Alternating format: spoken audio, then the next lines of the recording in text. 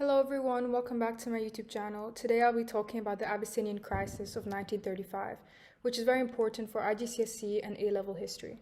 So let's begin. Beginning with the origins of the crisis, Italy had been under the control of fascist dictator Mussolini since 1922, and this is important because Mussolini wanted glory and conquest, which was inspired by the Roman Empire.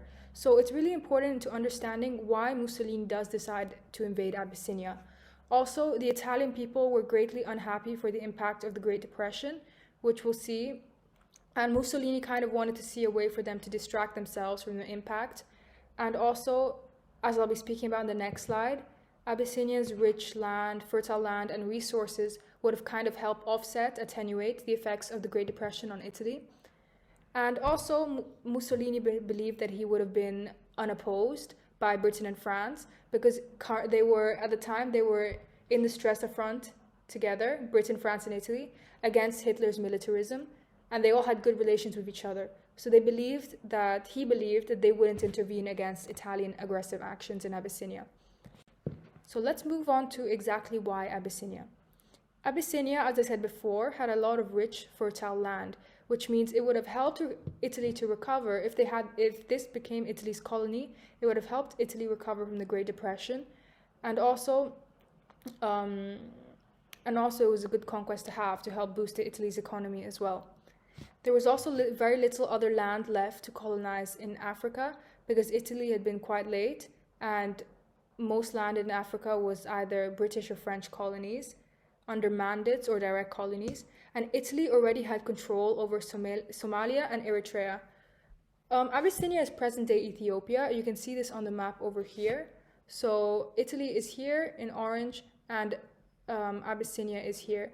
And you can see that they're quite a long way away, but if you zoom into this map, as this map on the left shows, you can see that Eritrea, which is here, yellow, and then it's Italian Somaliland here, which is also yellow, border right against Abyssinia. So it was quite a good strategic point for Italy to occupy, if you look at it from that point of view. Also, in 1896, Italy had been humiliated by defeat when they tried to invade Abyssinia. So Italy had already tried to invade Abyssinia in the past, and Mussolini kind of wanted to rectify the Italian image. He wanted to save face for Italy. So, how does the crisis begin?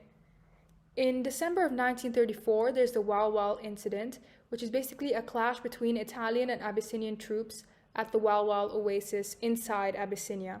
So they were a couple kilometers inside the Abyssinian territory, and there's a clash between the troops.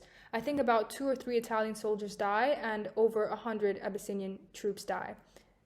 This happens because Mussolini claims that the Hoare-Laval oasis is Italian territory, and that this was an offense from the Abyssinian troops, and he begins preparing Italian army for full-scale invasion of Abyssinia.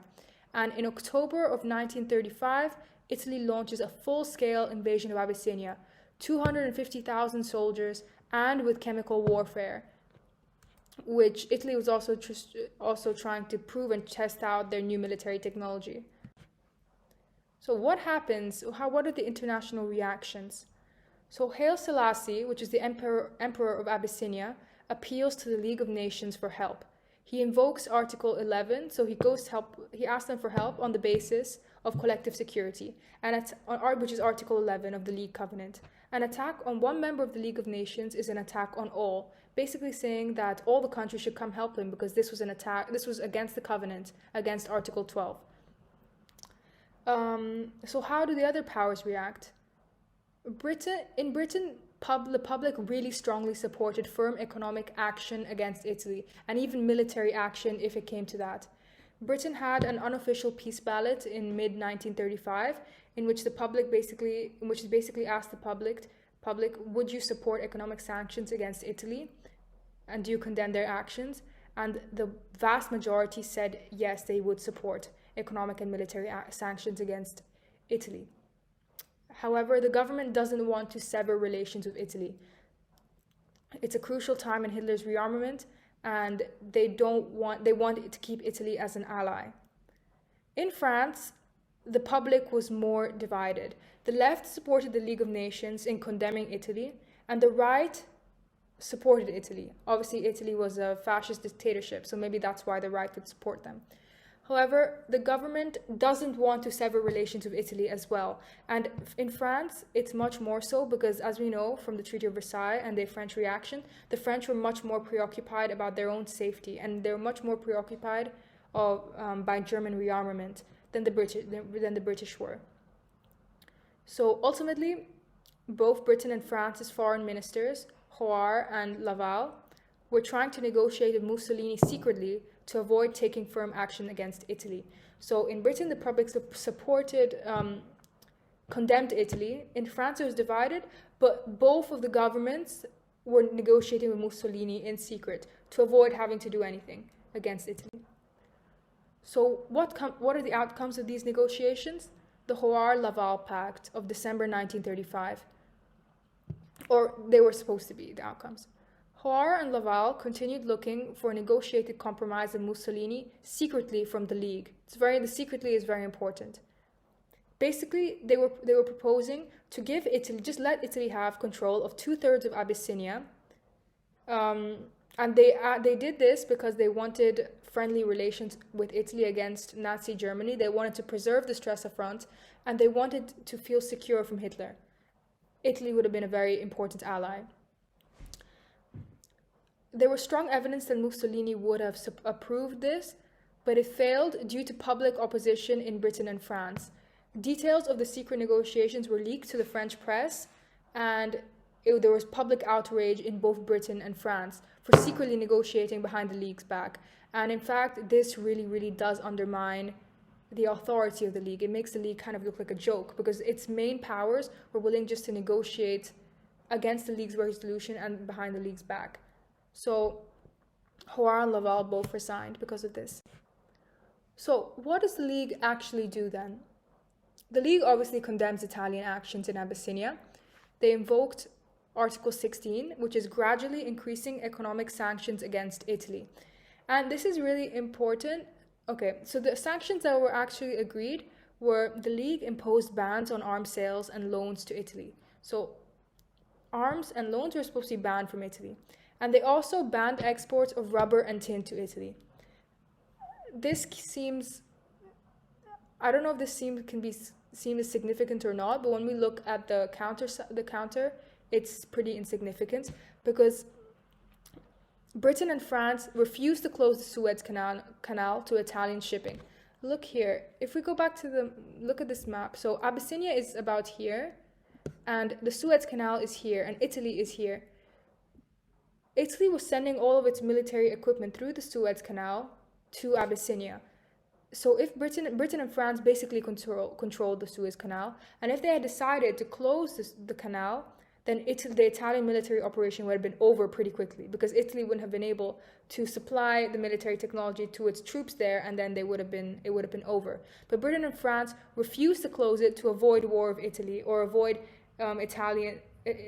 losing Italian support. So they didn't, and this basically doomed Abyssinia and allowed Italy to succeed.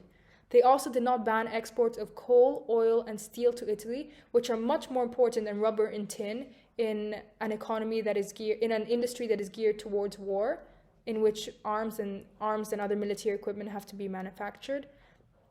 And even worse than that, after Hitler remilitarizes the Rhineland in January of 1936, France refuses to impose any sanctions at all because France is so scared because Hitler basically moved right onto their border almost.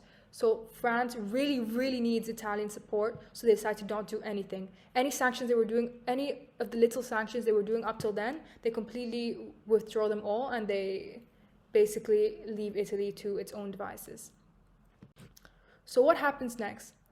The Abyssinians obviously are no match for Italian military technology. The Abyssinians did offer very brave resistance, but in comparison to Italy, they really just didn't have the devices to win.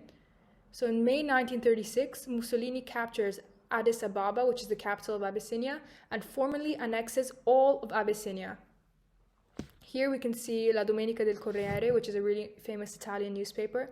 in which the Italians are depicted as like liberators to the Abyssinian people. Okay, so the consequences of the Abyssinian crisis. It severely weakened the League of Nations. It was called by many historians the League of Nations fatal blow, which means like final blow. And it also showed how Britain and France were not going to support the League of Nations against national interest. And this is shown in some other crises the League is faced with, such as Corfu, Manchuria. You can find those on my channel, but among others. And it also provided Hitler with the opportunity to remilitarize the Rhineland. This is very important because Hitler remilitarized the Rhineland in January of 1936, when the League of Nations was really focused on Italy's actions in Abyssinia. So Hitler saw this opportunity while the powers were not paying too much attention to him, at least in relation to it, because they had bigger crises to deal with, to move his troops in basically on the border with France into the Rhineland, which is supposed to be demilitarized. And he also did this because he saw the weakness of the League of Nations from the Abyssinian crisis. It also destroyed the Franco-Italian friendship. Despite the French and the British trying really hard to preserve this, Mussolini still was not impressed, and this leads him to get closer to Hitler, and they formed the Rome-Berlin axis. Almost simultaneously, they were intervening in the civil war in Spain, so they get closer.